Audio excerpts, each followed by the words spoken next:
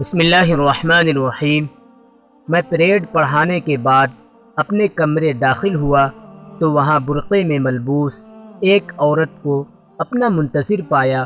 پوچھنے پر اس نے مختصراً اپنا تعارف کرایا اور وقت ضائع کیے بغیر اس نے کہا، میں آپ سے کچھ کہنا چاہتی ہوں۔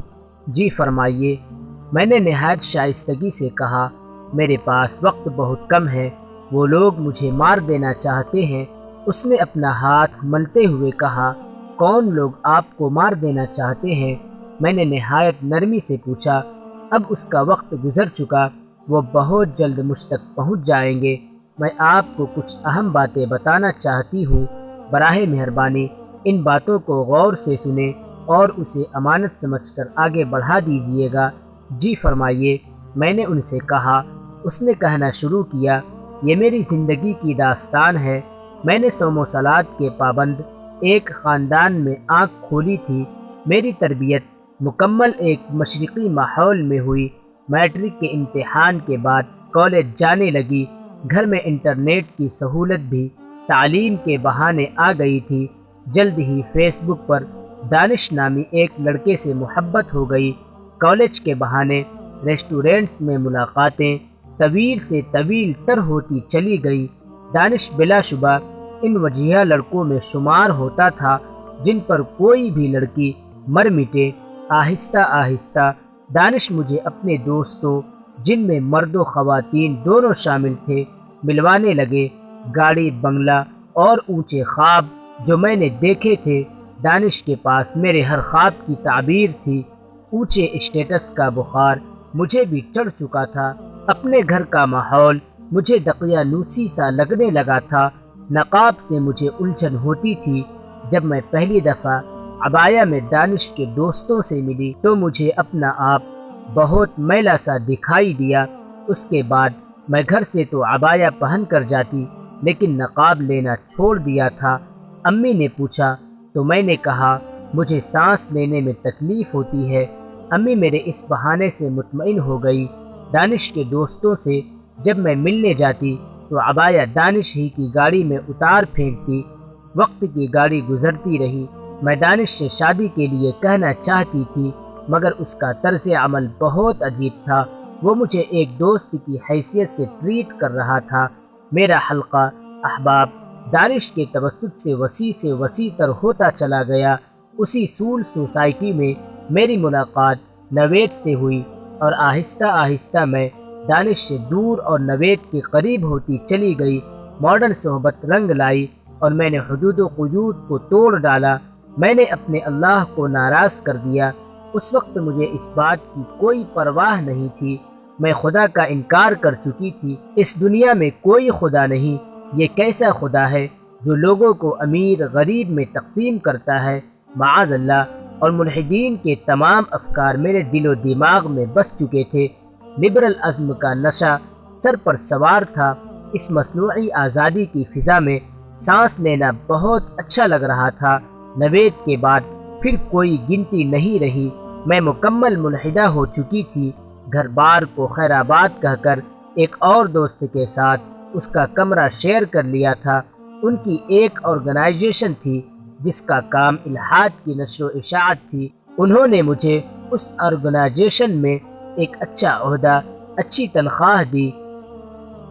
میں نے اس آرگنائزیشن میں رہتے ہوئے تقریباً تمام ہی دنیا کی سیر کی، کبھی ہائی لینڈ، کبھی انگلینڈ، سنگاپور، ترکی۔ وہ کون سا ملک ہوگا جو میں نے نہ دیکھا ہو؟ اس آرگنائزیشن کے تحت ہی میں نے متعدد حقوق نسواں کانفرنس کرائی اور خود بھی شرکت کی۔ ان خواتین کو ہم اس بات پر برانگیختہ کرتے تھے کہ مرد کی غلامی سے نکلو، تم زندگی بھر بچے ہی پالو گی، اپنے ٹیلنٹ کو آزماؤ، دنیا بہت وسیع ہے۔ بات کرتے ہوئے اس کی آنکھوں سے آنسو بہتے رہے۔ کسی کے گھر میں اگر کوئی معمولی خانگی مسئلہ ہوتا تو ایسی عورت تو ہمارا اولین شکار ہوتی۔ بجائے اس کو سمجھانے کے ہم اس کو خوب ورغلاتے۔ پھر طلاق کے بعد وہ ہماری اس بے حیا سوسائٹی کی ایک روشن خیال ممبر بن جاتی۔ ناجائز پیسہ اور عیاشی کی راہ میں ہمارا سب سے بڑا مخالف مذہب اور وہ بھی بالخصوص اسلام تھا، ہم نے اپنے اس راستے کے کاٹنے کو ہمیشہ ہمیشہ کے لیے دور کر دیا۔ نہ ہم خدا کو مانتے اور نہ ہی کسی اخلاقی شرم کو محسوس کرتے ہیں۔ مولویوں، داڑھی، برقع اور اسلام پر تنقید میرا پسندیدہ موضوع تھا۔ اخلاقیات کو مجھ سے رخصت ہوئے زمانہ ہو چکا تھا۔ اب تو میں یہ سوچتی تھی کہ ایک وہ لڑکی ہوتی تھی جو صبح فجر کی نماز باقاعدگی سے ادا کرتی تھی، رمضان کے روزے چھوڑنے کا تصور بھی نہیں کر سکتی تھی، لیکن اب میں آزاد تھی اور چاہتی تھی دنیا کی ہر لڑکی اس آزاد فضا میں سانس لے۔ میں کسی لڑکی کو جینز اور شرٹ میں دیکھتی تو بہت خوش ہوتی، اس کو اپنی فتح قرار دیتی اور برملا کہتی کہ آج کی لڑکی بیدار ہو رہی ہے، یہ اس دنیا کی خوبصورتی ہے، اس چمن کی رونق اسی سے ہے۔ میں ان الحادیوں میں رہتے رہتے اخلاقیات کا ہر سبق بھول چکی تھی۔ خواہشات نفس میری زندگی کا اولین مقصد تھا، سائنس میرا خدا اور آزادی میرا ایمان تھا۔ گروپ ڈسکشن میں بے حیائی کی تمام حدود کو میں نے توڑا تھا۔ مجھے یاد ہے پہلی دفعہ جب گروپ میں ایک بے حیائی کے عنوان پر بات ہو رہی تھی، میں نے چاہا کہ اس عنوان پر ان باکس میں بات ہو، تو میرے سینئر نے مجھ سے کہا، وش محمل، تم مکمل اوتھسٹ ہو، تمہیں شرمانا نہیں چاہیے، اگر تم ایسا کرو گی تو عام لوگ کیا کہیں گے؟ اور پھر اس دن رہی سہی جھجک بھی ختم ہو گئی۔ میں اس آرگنائزیشن کی سب سے زیادہ فعال ممبر تھی۔ میں نے کئی لڑکیوں کو اس آرگنائزیشن کا ممبر بنایا تھا۔ گھروں سے بھاگ کر آنے والی لڑکیوں کے لیے ہماری آرگنائزیشن خصوصی سہولت فراہم کرتی تھی۔ جب بھی کسی ایسی لڑکی کا ذکر ہوتا، آرگنائزیشن کے صدر خصوصی دلچسپی لے کر اس معاملے کو ہینڈل کرتے تھے۔ یہ مجھے ہی معلوم تھا کہ وہ ایسا کیوں کرتے ہیں۔ وقت تیز رفتار پرندے کی طرح اڑتا رہا۔ کچھ عرصہ بعد مجھے محسوس ہونے لگا کہ اب میری جانب توجہ کم ہو گئی ہے۔ آرگنائزیشن میں کئی عہدے اور نکل آئے جہاں کئی اور خوبصورت لڑکیاں آ چکی تھی۔ میری جوانی کی رعنائیاں ختم ہو رہی تھی، لیکن میں اس آرگنائزیشن کے تمام رازوں سے واقف تھی۔ اب تو ویسے بھی حقوق نسواں کی بڑی بڑی کانفرنس میں میری شرکت لازم تھی۔ میرا ایک نام تھا روشن خیال۔ لبرل سوسائٹیز میں لوگ میری مثالیں دیا کرتے تھے، جس پر مجھے بڑا فخر ہوتا۔ ایئرپورٹ کے لاؤنج میں ایک دن میری ملاقات ایسی لڑکی سے ہوئی جو نقاب میں تھی۔ میں اسے اپنا اگلا شکار قرار دے کر اس سے بہت محبت سے ملی۔ اس نے مجھے ایک نظر دیکھا اور کہا، وش محمل، زندگی کی ہر چیز تمہاری تھی، تمہارے لیے ہی بنی تھی۔ یہ خوشیاں جن کی تلاش میں تم یہاں تک پہنچی ہو، تمہارا نصیب تھی، جو آخری تمہیں ملنی ہی تھی، لیکن بہت جلدی کی تم نے۔ دنیا تو تباہ ہی کی مگر آخرت بھی برباد کر لی۔ واٹ نان سینس، میں نے غصے میں کہا، تم ہو کون؟ اگلے ہی لمحے میں نے اس کی آواز کو پہچان لیا۔ تم ربیعہ تو نہیں ہو؟ ہاں وش محمل، میں ربیعہ ہی ہوں۔ تم نے درست پہچانا۔ میرے سامنے میری بچپن کی سہیلی ربیعہ تھی۔ میں پڑوسن، ہمارا بچپن ساتھ ساتھ گزرا تھا۔ میں اسے اس طرح اپنے سامنے دیکھ کر شرمندہ سی ہوئی، لیکن بہت خوش بھی ہوئی۔ یہاں کیسے آنا ہوا؟ میں نے ربیعہ سے پوچھا تو معلوم ہوا کہ وہ اپنے شوہر کے ساتھ واپس پاکستان جا رہی تھی۔ امی کیسی ہیں ربیعہ؟ سب لوگ کیسے ہیں؟ میں نے اپنے گھر کے ایک ایک فرد کا نام لے لے کر پوچھا۔ میری آنکھوں نے چھلکنا شروع کر دیا تھا۔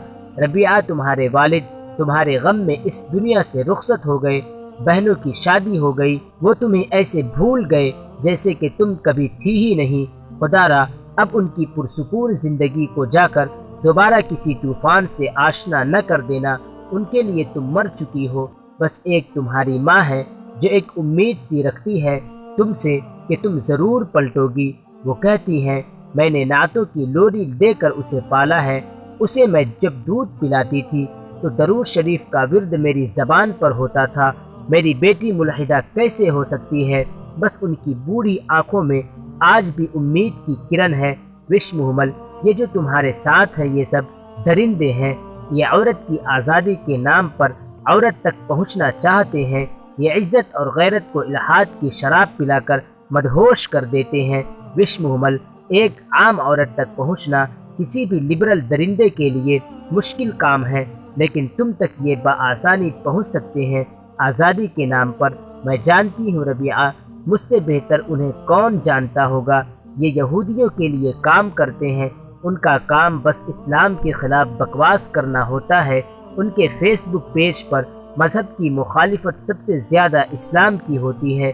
یہودیت کی تو صرف دکھاوے کے طور پر مخالفت ہوتی ہے، اصل ہدف ان کا اسلام اور پیغمبر اسلام ہے۔ یہاں آنے والی لڑکیوں کو دوسرے ممالک میں وزٹ ایسے نہیں کرائے جاتے، ان سے بزنس کرایا جاتا ہے۔ الحاد کی شراب انہیں مدہوش رکھتی ہے۔ پیسہ، سیر و تفریح ان کی بنیادی ضروریات سے لے کر عیش و عشرت کے تمام سامان انہیں مہیا کیے جاتے ہیں، اور پھر انہی لڑکیوں کو مسلم لڑکوں کے لیے کانٹے کا چارہ بنایا جاتا ہے۔ ابھی یہ گفتگو ہو ہی رہی تھی کہ ربیعہ کے شوہر علم الدین بھی آ گئے۔ آج تک مجھے داڑھی سے سخت نفرت تھی، ہمیشہ ہی داڑھی پر شدید تنقید کی، لیکن آج اس باوقار انسان کو دیکھ کر اپنی رائے تبدیل کر لی۔ علم الدین نے مجھے ایک دفعہ بھی نظر اٹھا کر نہیں دیکھا تھا، میں جیسے نیند سے بیدار ہو رہی تھی۔ میں مردوں کی فطرت سے بخوبی آگاہ تھی۔ علم الدین کو عورت کی عزت کرنا آتی تھی۔ عورتوں کی عزت کرنا اسلام نے ہی تو سکھایا ہے، ورنہ ان روشن خیالوں نے تو عورت کو مال تجارت بنا دیا ہے۔ میں اپنی ہی نظروں کی گہرائیوں میں گر رہی تھی کہ اچانک ربیعہ کی آواز نے جیسے مجھے تھام لیا۔ وش محمل، دیر نہیں ہوئی، واپس پلٹ جاؤ، سچی توبہ کر لو۔ وہ اپنے بندوں سے بہت محبت کرتا ہے، تمہارے لیے راہیں کھول دے گا، تم واپس آ جاؤ، کہیں بہت دیر نہ ہو جائے۔ اس دن میں اس کے کندھے سے لگ کر بہت روئی۔ میرے اندر آنے والی تبدیلی کو جلد ہی میری آرگنائزیشن نے نوٹ کر لیا۔ ایک دن میں نے جذبات میں آ کر ان کو خوب سنائی۔ میں نے ان سے کہا، تم ہی وہ ظالم ہو جنہوں نے میرے بچپن کو پامال کیا۔ تم ساری زندگی میری قیمت وصول کرتے رہے۔ تم وحشی ہو، درندے ہو، انسانیت کے دشمن تم ہو، اسلام نہیں۔ میں بہت برے طریقے سے چیخ رہی تھی۔ وش محمل، تمہیں کیا ہو گیا ہے؟ تم پاگل تو نہیں ہو گئی؟ پھر مجھے بے ہوشی کا انجیکشن لگا کر ایک کمرے میں قید کر دیا گیا۔ آج وہاں سے جان بچا کر نکلی ہوں۔ خدا را، آپ یہ میسج ہر لڑکی تک پہنچا دیجئے گا، ہر گھر تک پہنچا دیجئے گا۔ تمہاری عزت کا سائبان تمہارا اسلام ہے۔ تم جس آزادی کو دیکھتی ہو وہ آزادی انہیں ایک قید ہے، دنیا کی بھی قید، اور آخرت میں ہمیشہ ہمیشہ کے لیے جہنم کی قید۔ وہ باپ جو تمہارے لیے کماتا ہے، وہ بھائی جو تمہاری عزت کا رکھوالا ہے، وہ شوہر جس کی مملکت کی تم ملکہ ہو، تمہاری جنت تمہارے بچے ہیں، تم آزاد ہو۔ خدا را، اس قید کا شکار نہ ہونا۔ یہ باہر سے بہت خوبصورت ہے، لیکن اندر سے بہت گندگی گھناؤنی ہے۔ یہ پیغام آپ کے پاس ایک امانت ہے، اس کو دوسروں تک پہنچا دیجئے گا۔ اور وش محمل چلی گئی۔ ساری گفتگو کے دوران اس کی آنکھیں مسلسل بہتی رہی، وہ بات کرتی رہی، روتی رہی، کئی بار تو وہ پھوٹ پھوٹ کر روئی۔ اس کو تسلی دینے کے لیے بھی میرے پاس الفاظ نہ تھے، میں بس بت بنا اس کی بات سنتا رہا۔ وش محمل کی امانت آپ تک پہنچ چکی، اب اس امانت کو آگے بڑھا دیجئے، شاید اس سے کوئی اور لڑکی وش محمل بننے سے بچ جائے۔